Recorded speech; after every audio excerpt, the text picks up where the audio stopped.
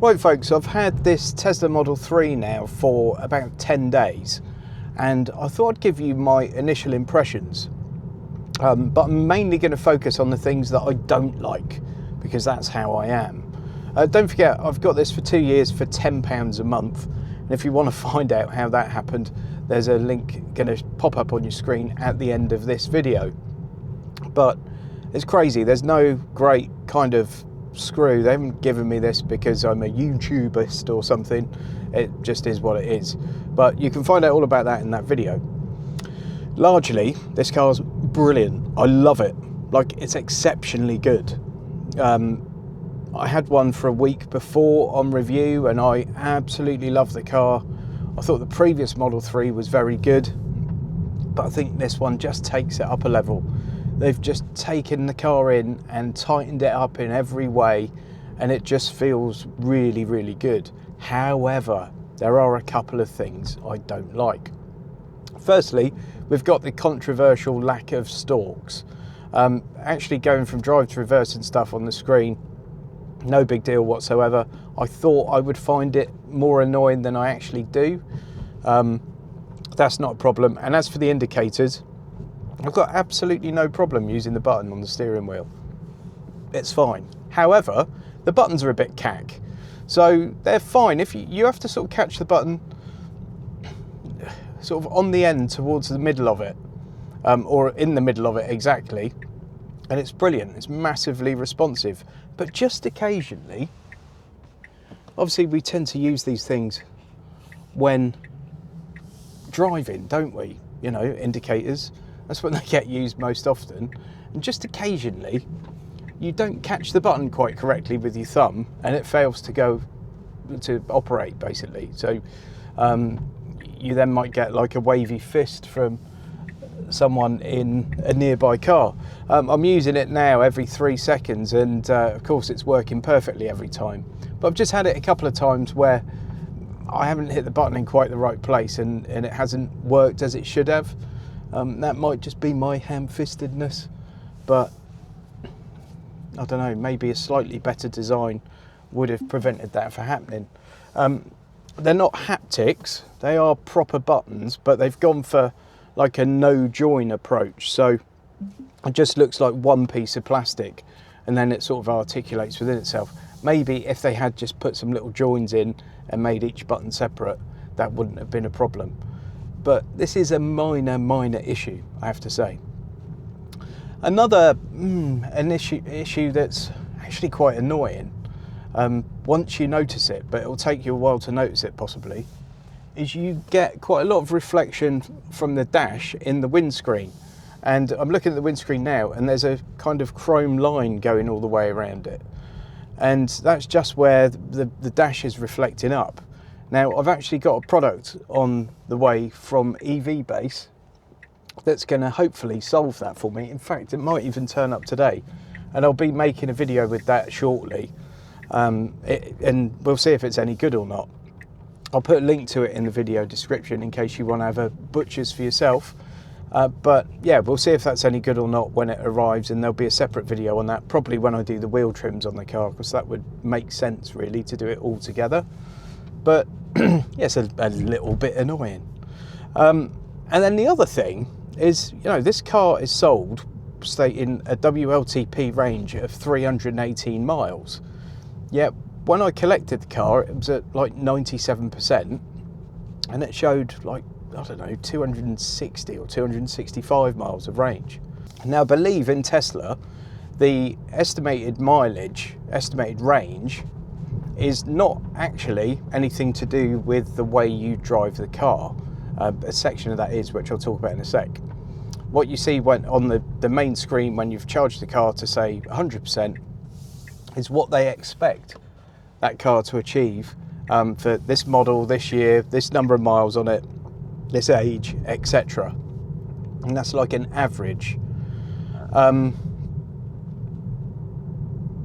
I don't know if that's true or not. Maybe someone with greater knowledge can let me know in the comments.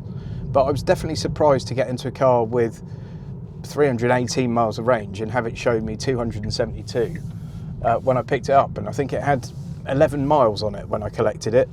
So, you know. But the funny thing is, in the USA, they don't have WLTP.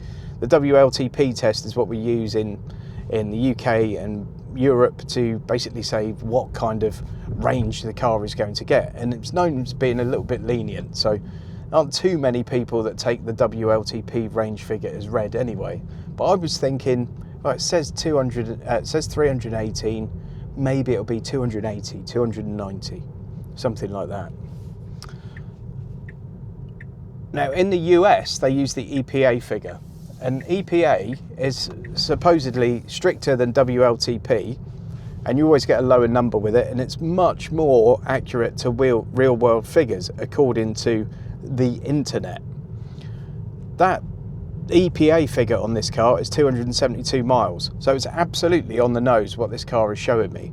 So I think this is an American car, and they've just, although it's got the WLTP figure on the website when you order it, I think the car is just programmed with the EPA figure. So that's what we're going with. Now, the good news around all this is that I drove this to London earlier this week, and I think when I plumbed in my destination into the sat-nav, it sort of informed me that I'd have 49% charge left when I reached my destination, which seemed a bit lackluster, if I'm being completely honest. However, as I drove along the road, that estimated battery remaining figure went up and up and up. So without me trying to hypermile or anything, I just drove as normally as I always do, and that turned into like 56% by the time I'd reached my destination. So it does make me wonder how all this is calculated. I think when you put it in the sat-nav, it is actually responding to the way you personally are driving and the conditions on the day, the weather, everything else, and of course the efficiency that the car's delivering at the time.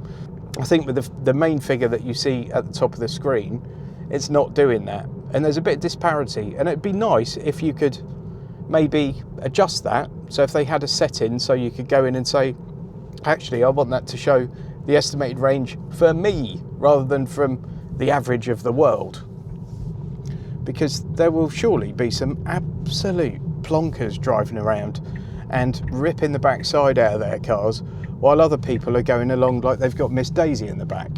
So I don't know, I think it would be more sensible if it learned my sort of efficiency and gave me a number that means something to me.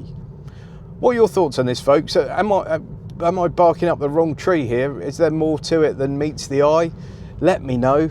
The really good news though is that this car is massively efficient.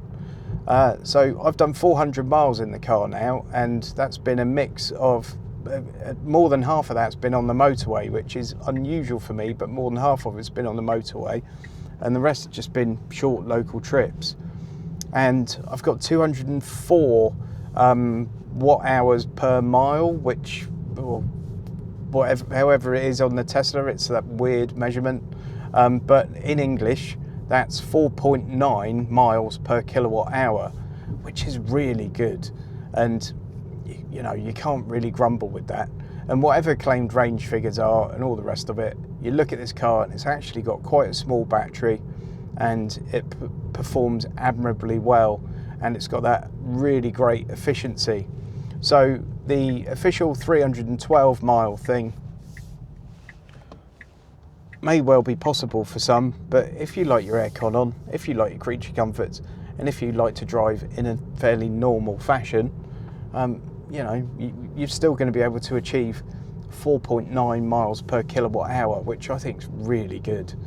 And when you look at some of the competition and what some of the competition achieves in terms of efficiency, it's nowhere near as good as this. And if we were talking about the difference between petrol or diesel cars, and you had two similar cars or somewhat similar cars, and perhaps the one that's nicest to drive also delivered an extra 15 mpg, there'd be quite an argument to go for it, wouldn't there? So again, I'm really enjoying the car. I feel incredibly lucky to have it, and That's only possible because I got it for 10 quid a month, thanks to a lot of you folks using my referral link. I will put the referral links in the video to this one, so if you're thinking about getting yourself a new Tesla, mine may be working at the time, it may still be maxed out, but you'll also find loads of channel members' referral codes down in the video description as well. All sorts, the sort of perks for you using a referral code change all the time. There have been some great things they've done, some meh things they've done, and the communication's not always been brilliant with some people. Like there was a while ago where they said, I think you got £1,000 off, and if you lease the car, actually they took £1,000 off the purchase price, and then worked out the lease, and you worked out getting about 360 quid off. But whatever happens, you know, it's better than a smack in the face with a wet fish, I think. And sometimes they give you something else for using a referral. Sometimes it's, you know, free this or that for 6 months or a year. But I think whatever it is, it's something that you wouldn't have otherwise had.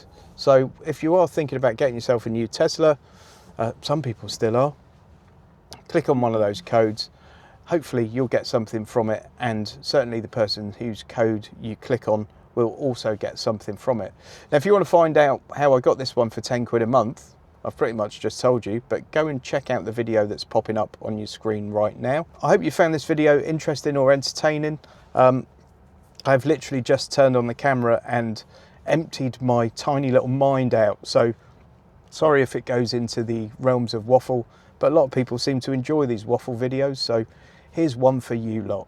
Thanks again for watching. Please subscribe to the channel, give it a thumbs up, and I'll see you on the next one. Huge thanks to all my channel members for your continued support. I really do appreciate it.